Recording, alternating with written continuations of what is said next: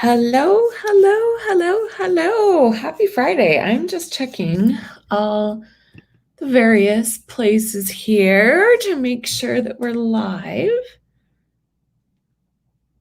Okay, let's see. Facebook is looking good. Instagram is looking good. This is so fun. Oh my gosh. Okay, I'm gonna wait for a couple of moments here to just let people jump on and join us. It's a little bit later than my usual live time. I usually do it Friday at 5, but I had to bump it back to 6 today because my hubby decided to book himself a haircut on the same day that my dad was leaving town. So we had no backup childcare today. So, the usual chaotic family life, right? Okay. So I just want to say happy belated Canada Day to my Canadian friends. Happy 4th of July to my American friends. Yesterday, I kind of boycotted Canada Day because I have a lot of very strong feelings about the way Canada, the Canadian government has treated Indigenous peoples.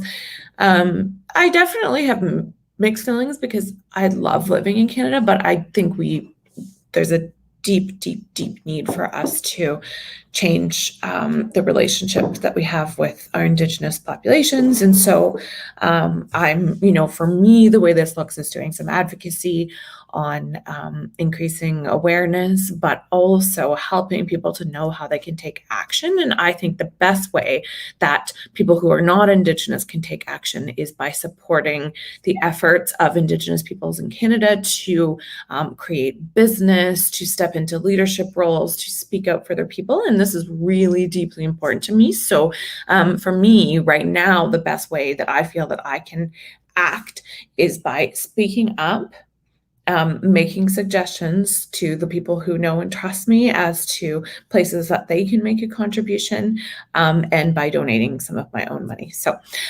super, super, super important to me.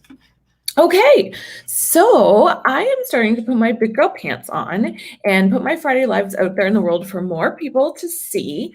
So I'm doing this really because I want to reach more female physicians who need to know about the work that I'm doing here. And of course, as with all things, stepping outside my comfort zone, it comes with a little bit of the jitters. But I want to say a big hello to anybody on YouTube or anybody on Instagram who is going to show up to watch this today. Okay, so for people who don't know me, my name is Anna Blake. I'm a family physician in Canada. I'm a mom of 2 girls, and I'm also a physician life coach. I certified through the Life Coach School with Brooke Castillo, and I also have a secondary certification, an advanced certification in deep dive coaching with Bev Aaron. And I started my company, the Anti-Fragile Female MD, to help female physicians recover from burnout. I use a really specialized process that helps women physicians learn how to feel better and recover from emotional exhaustion so that they can address what I call the female MD mind traps, which basically are the sneaky little patterns of thinking that we were taught in our education as physicians: perfectionism, fear of failure, people pleasing, just to name a few, but that perpetuate our experience of burnout. So I teach female physicians how to become, quote unquote, anti-fragile, which basically just means that we're able to take any challenges that we face and use them to become the best version of ourselves because of them. Okay, so let's jump right into today's topic: things you can do when you're faced with a bad outcome, a complication, or a really difficult case. This is all prompted by a client that I coached this week, as well as somebody else who reached out to me after signing up for my email list, which, by the way, you should go and do right now if you're not on it. You can do that on my website, antifragilefmd.com. You can know if you're on it or not because you would have got an email from me just before the 5 o'clock time period saying that I was moving this back to 6 today. But sign up there so that you'll never miss anything that I'm up to. Okay, so the most poignant experience I have personally with this topic was a terribly, terribly tragic case. I will give a brief trigger warning here that I'm going to speak a little bit throughout this about the death of a baby, but I wrote about it in my email today too. So if you want to know a little bit more, you can go and you can read that as well. But I carried around a heavy weight of guilt, shame, and fear for a really long time after this case. And it affected everything in my life. It affected my ability to relate to my family, my ability to relate to myself, my ability to relate to my patients. And what I'm going to share with you today is the process that I followed that helped me to heal, to focus on what I did have control of in this awful, awful situation, and to explain how I use this experience to become the best physician that I could possibly be. So I really love to hear with you all to hear from you all, I should say, in the chat. If this material resonates with you, if you're struggling with something, let me know. If you want to come and interact in a more private space for female doctors, physicians, come and join us in our Facebook group, bit.ly/AFP, like Anti-Fragile Female Physicians, AFP, FB, like Facebook, GRP for group, okay? bit.ly/AFP, FBGRP. Okay, so here's a few examples of how this has been showing up. This topic has been showing up in the coaching I've done recently. If you're here, by the way, give me like a thumbs up, some hearts, a hashtag live. This just helps more people see the stuff that I'm doing. So I spoke to a current client in my program this week who shared that she had a significant complication a few years ago. She thought things had been put to rest, but then with a recent experience, it came back to haunt her when a different patient came to her and said that her original patient who'd had this complication had reached out to her on Facebook and said that she might not want to continue with my client as her doctor because she was blaming my client for this outcome. Hi, Ellie. So naturally, my client had a lot of thoughts about this, okay? This one was particularly striking. I'm being hunted by this patient. Just stop for a minute and try that on in your brain. How does it make you feel? Like for me, it's just this immediate fight or flight. I start to feel anxious. I feel defensive. I feel reactive when I think that a patient is hunting me, right? I have another example for you. I coached a client recently in a different situation. Her patient had a rare form of cancer, and at the beginning of the pandemic, the patient was due for a follow-up. She had not put a reminder into her chart about the follow-up, and so sometime into the pandemic, it came to her attention, I should say, that the patient hadn't gotten that follow-up test. So this immediately launched her into a panic about how the patient likely had a recurrence of this tumor, that it was just a matter of time before they were going to find it, and that it was all her fault. Okay. My case, the circumstance of the bad outcome, which tragically was the death of a child, created so much guilt for me. From that place, I blamed myself. I had a hard time interacting with my family. I fell behind in looking after my other patients. Every time I saw the patient, the survivors, it was like someone was punching me in the gut. I felt flooded with grief. I considered leaving medicine. In the case of my first client that I shared with you about, the circumstance of her patient telling her current patient telling her about how she'd spoken to this former patient on Facebook led her to go into a shame spiral. She was feeling anxious. She was feeling defensive. And from this place, she missed something really significant. She missed that she'd actually had, when I asked her what happened with her current patient, she told me, she decided to stay. She came back and saw me a couple of weeks ago. And I said to her, do you realize that you're missing? You had such a positive interaction when you explained this situation and you offered so much comfort to your current patient that she chose to remain in your care. The thought that she was being hunted took over her mind, and it was the only thing she could focus on. She totally missed that she was handling this situation beautifully in the here and now.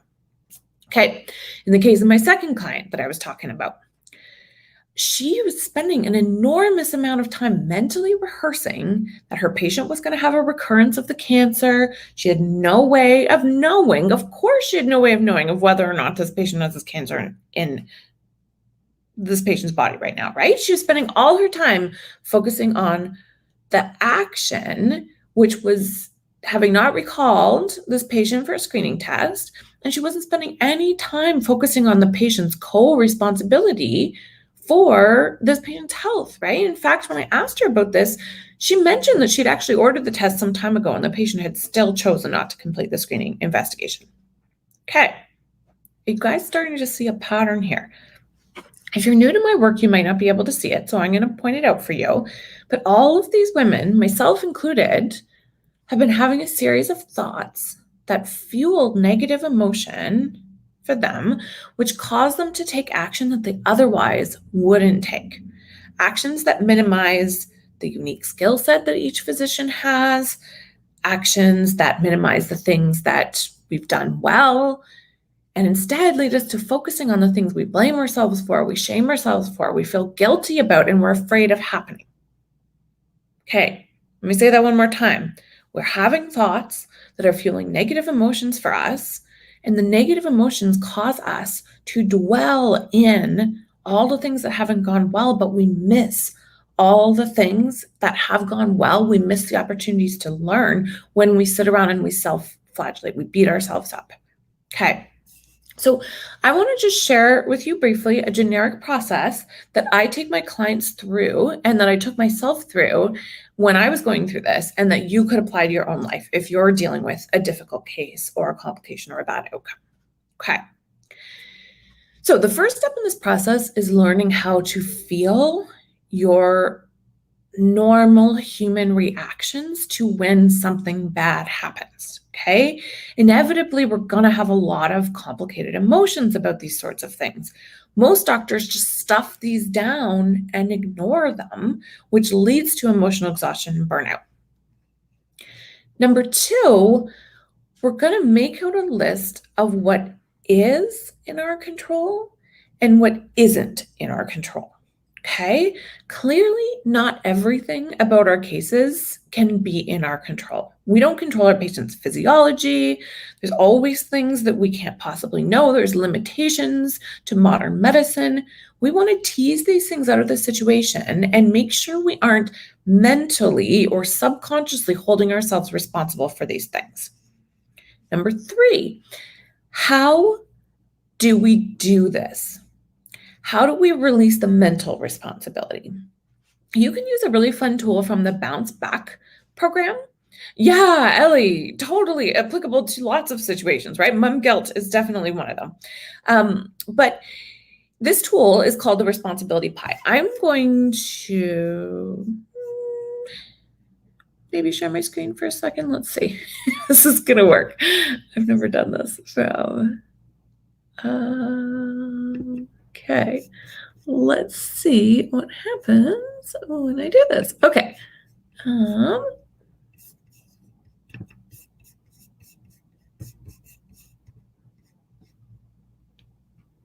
Oh, I don't know if I can do this. Okay. You know what? I'm not going to do it because it's going to be a real pain in the butt for me here.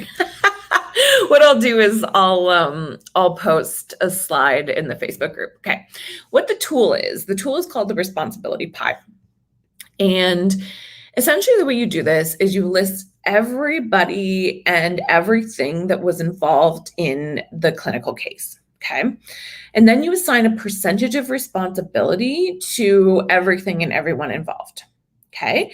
And even if you still give yourself 90% of the responsibility, if you take 10% off your plate by listing all of the other things that were involved, it still starts to help your brain to see that not everything can be your fault.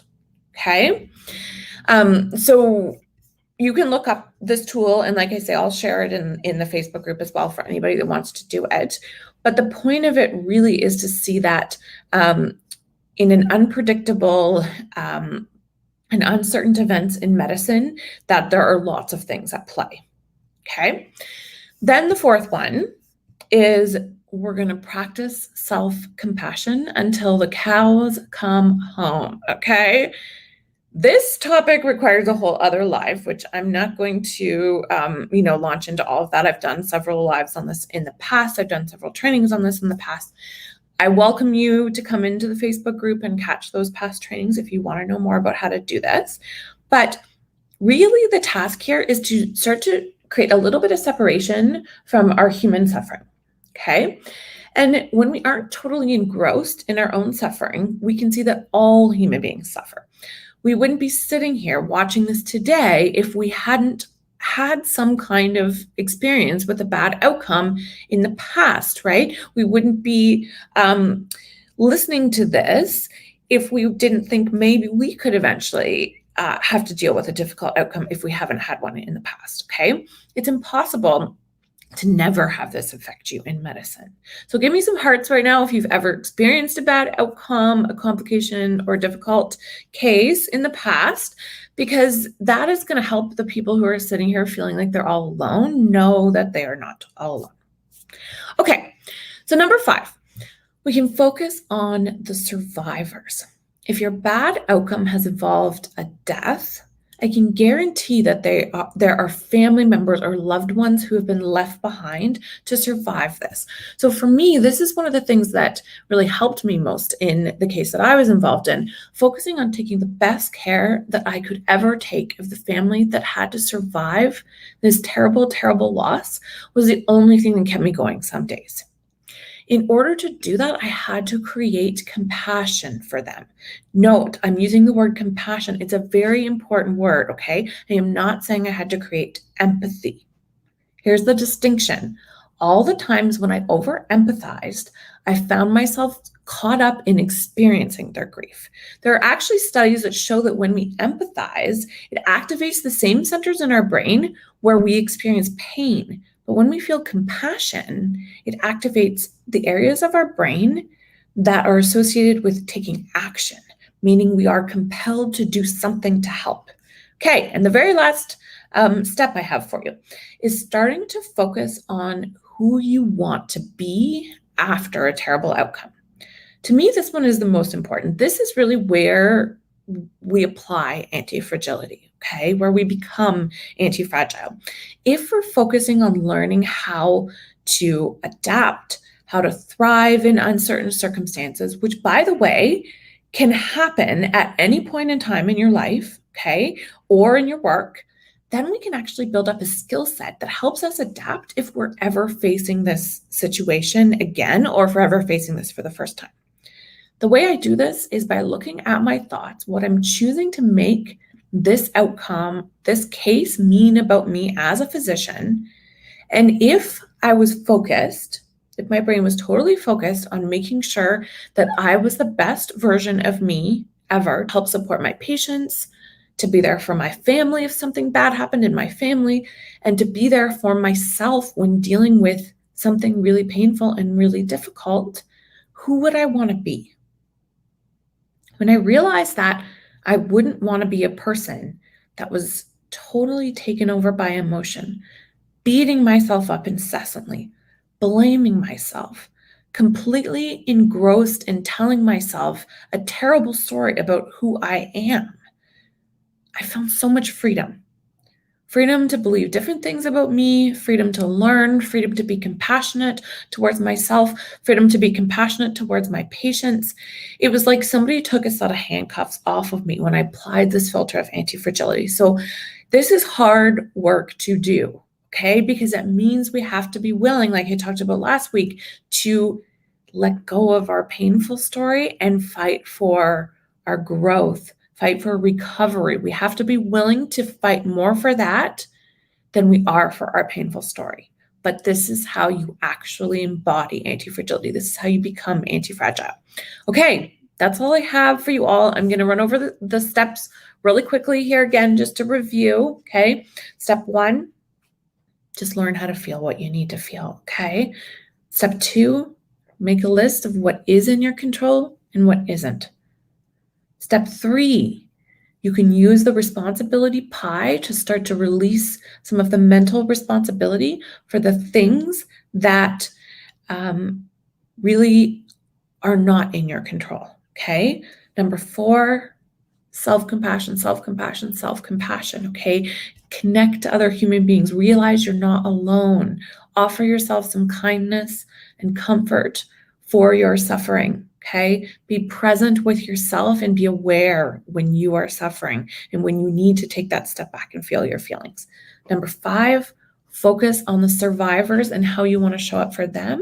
And number 6 is focus on who you want to be when something bad happens. Okay, that's all I have for you all. It's great to see those of you who are able to join me live. And I will see you all next week. Take care. Bye.